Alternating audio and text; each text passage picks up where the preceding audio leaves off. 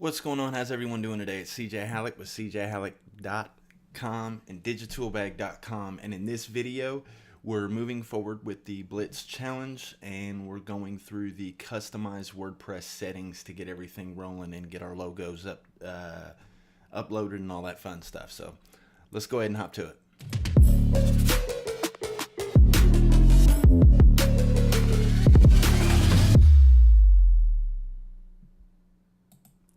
All right, so we are on the dashboard, and what we're going to do in this video is this section right here. If you hover over appearance and you see customize, we're going to click on that.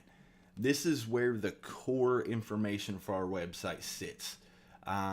Because we are using the theme for the frame of the website, if you will, and everything else is done with Elementor. There are premium modules available for the pro version of WordPress, or the premium version of GeneratePress. We are not going to be using any of that. We're just going to jump into site identity.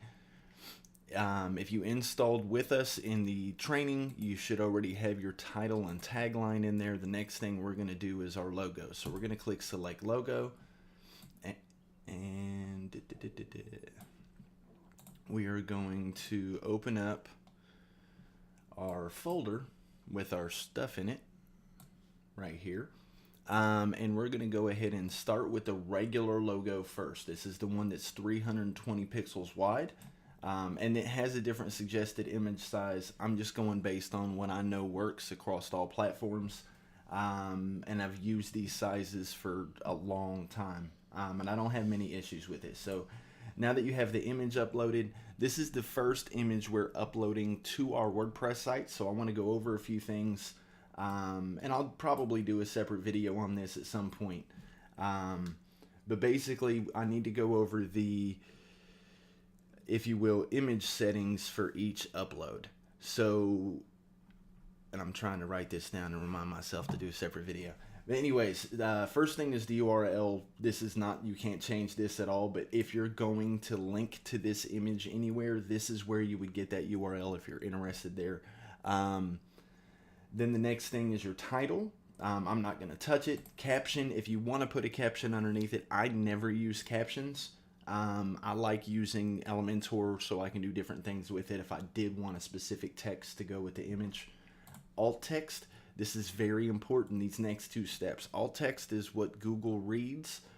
As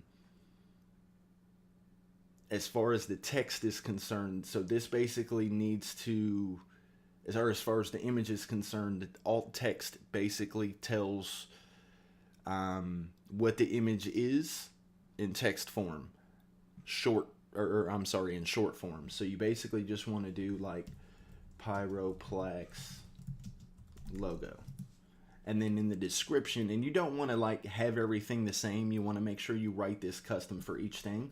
So the description would be regular logo for Pyroplex, and click select.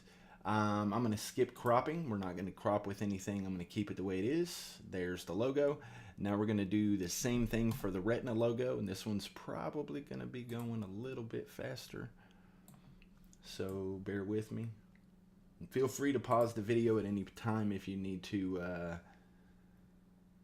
catch up or do what I'm doing on the screen. So we'll just do Pyro.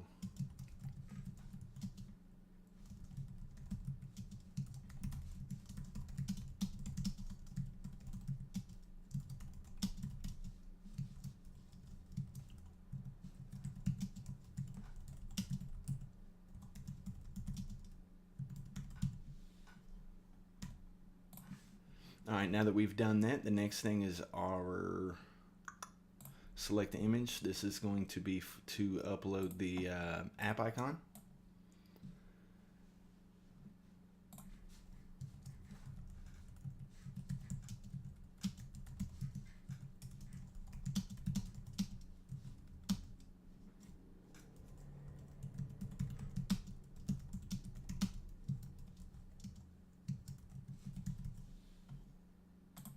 All right, so now that we've done the core general settings, we have the, of course, now if you look up in the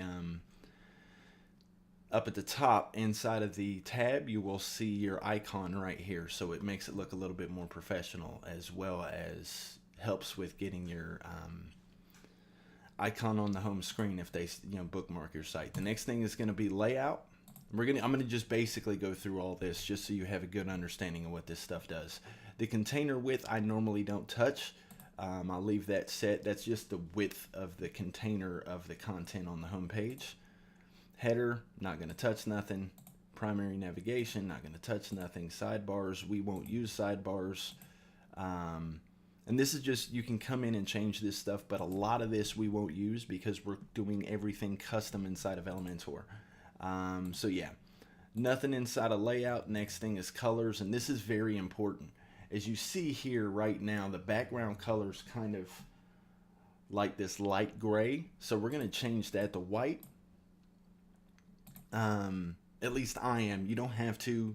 This is just where you set your colors, so it's totally up to you as far as the colors and things that you want to choose.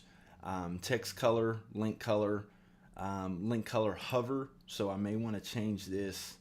Matter of fact, I'm gonna put it to like a green, so when you hover over it, it'll change the color so they people can tell it's an actual link. So once we do that, link color visited, at no point all of this needs to have color, none of it needs to be white. So as you come through here, link color visited, I'll do this teal, and you can do different colors like blog post title.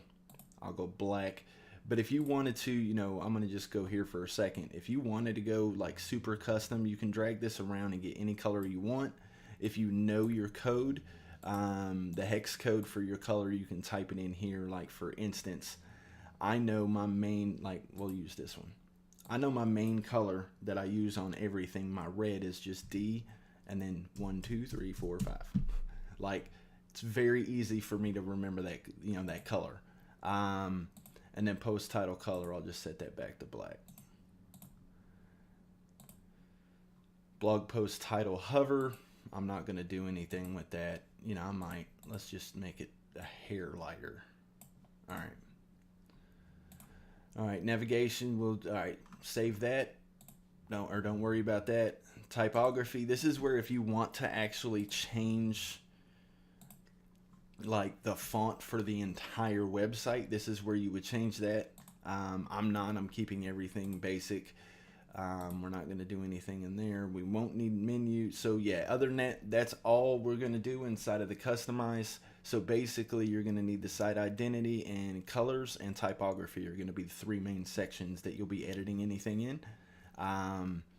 As far as the typography, keep in mind the more basic font you use, the faster it's going to load. If you start going into right here where it says Google Fonts, if you have a lot of text and content and stuff, there's a slight possibility it could slow your website down a hair. But for the most part, I don't worry about it. And if you wanted to, we can do, matter of fact, let's do Roboto. So I'll just go ahead and do Roboto. Why not? It's one of my, it's nice, clean, crisp, kind of a modern look. Actually, no, I'm not. I'm going to just use Arial because that's what the logo is. All right, we got Arial checked. And once you go through everything, you get everything set, all you're going to need to do is click publish, and it's going to automatically take care of the rest of getting all those changes made on the site and putting it live. That being said, hope this has been helpful. If you guys have any questions, please feel free to shoot me a tweet at CJ Halleck, DM at CJ Halleck on Instagram, or as always, you can just shoot me an email and I'll get to you as soon as I can. It's cj@cjhalleck.com. Be great. Stay boosted. We'll catch y'all in the next video. Take care.